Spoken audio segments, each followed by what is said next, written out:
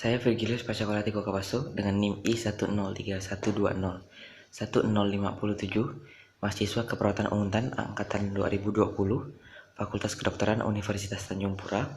Pada kesempatan kali ini saya akan menjelaskan mengenai prosedur pemeriksaan tanda-tanda vital. Adapun pengertian dari tanda-tanda vital sendiri adalah ukuran dari berbagai fisiologi statistik dalam rangka untuk menilai fungsi tubuh yang paling dasar. Adapun pemeriksaan ini meliputi cek tekanan darah, cek suhu tubuh, cek nadi, dan cek respiratory rate. Adapun tujuan dari pemeriksaan tanda-tanda vital adalah dilaksanakan oleh perawat untuk memantau perkembangan pasien atau menentukan status vital pasien. Adapun alat-alat yang dibutuhkan, yang pertama itu adalah termometer. Termometer ini dibagi menjadi 3. Ada termometer aksila, termometer oral, dan termometer rektal. Pada termometer aksila ini digunakan di ketiak, sedangkan oral cara pemakaiannya lewat mulut, dan rektal digunakan di anus. Terus alat yang kedua itu adalah 3 buah botol berisi larutan sabun. Yang ketiga adalah lubrikan. Yang keempat bengkok. Yang kelima tisu. Yang keenam jam tangan bar detik. Yang ketujuh tensimeter. Yang kedelapan stetoskop. Yang ke-9 pena. Dan yang ke-10 sarung tangan. Dari ke-10 alat dan bahan yang saya sebutkan tadi itu merupakan opsional. Adapun bahan-bahan tersebut tidak selalu ada, tergantung dari jenis termometernya. Adapun prosedur tindakan yang dilakukan, yang pertama itu adalah pada fase perinteraksi. Yang pertama itu seperti mengecek status klien, yang kedua menyiapkan alat dan bahan, dan ketiga menyiapkan diri perawat. Jadi pada fase prainteraksi ini perawat melihat catatan rekam medik pasien meliputi nama, umur, dan rekam medis pasien untuk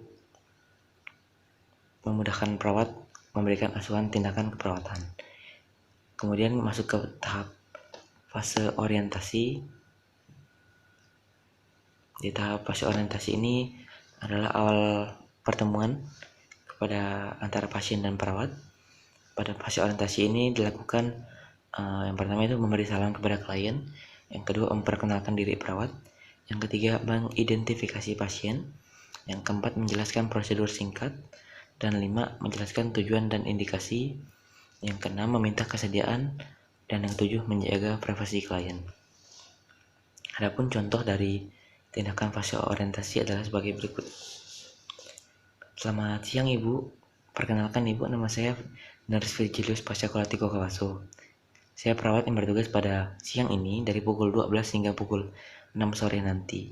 Nah Ibu, pada siang ini kami perawat akan melakukan pemeriksaan tanda-tanda vital pada Ibu yang bertujuan untuk mengetahui tanda-tanda vital Ibu apakah ada yang bermasalah atau tidak, sehingga jika ditemukan suatu masalah, kami dari perawat akan segera mengintervensi masalah tersebut agar tidak berkembang menjadi masalah yang serius.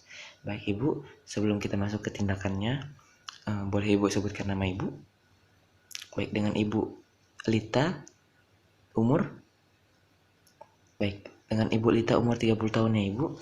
Dari apa yang sudah saya jelaskan, apakah Ibu bersedia untuk dilakukan pemeriksaan tanda-tanda vital?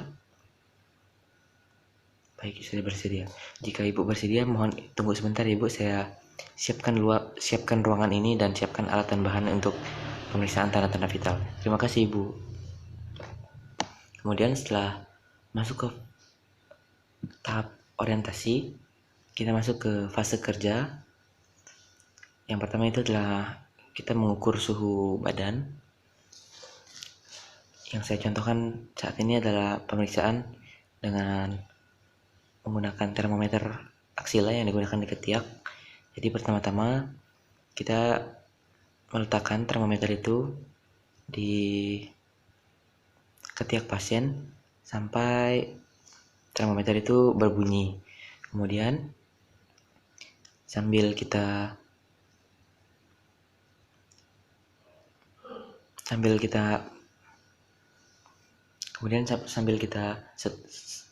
menunggu dari termometer tersebut kita sambil memeriksa nadi pasien, berapa kecepatan nadinya, dan saat kita memeriksa nadi pasien, di saat itulah kita juga melihat pernapasan pasien.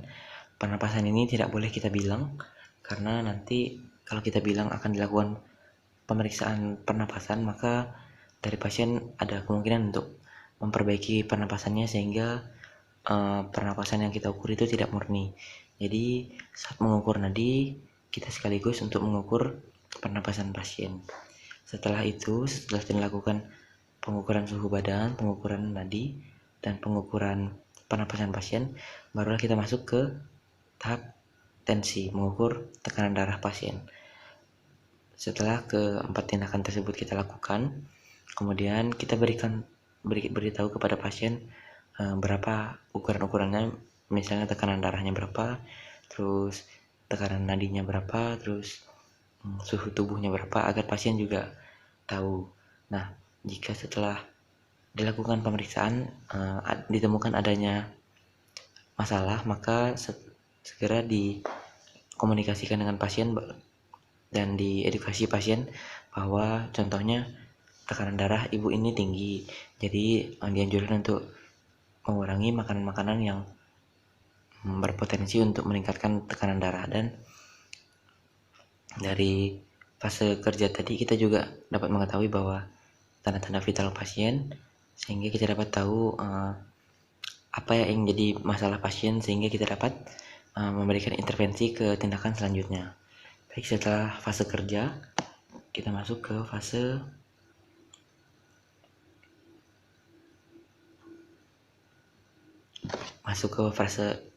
terminasi.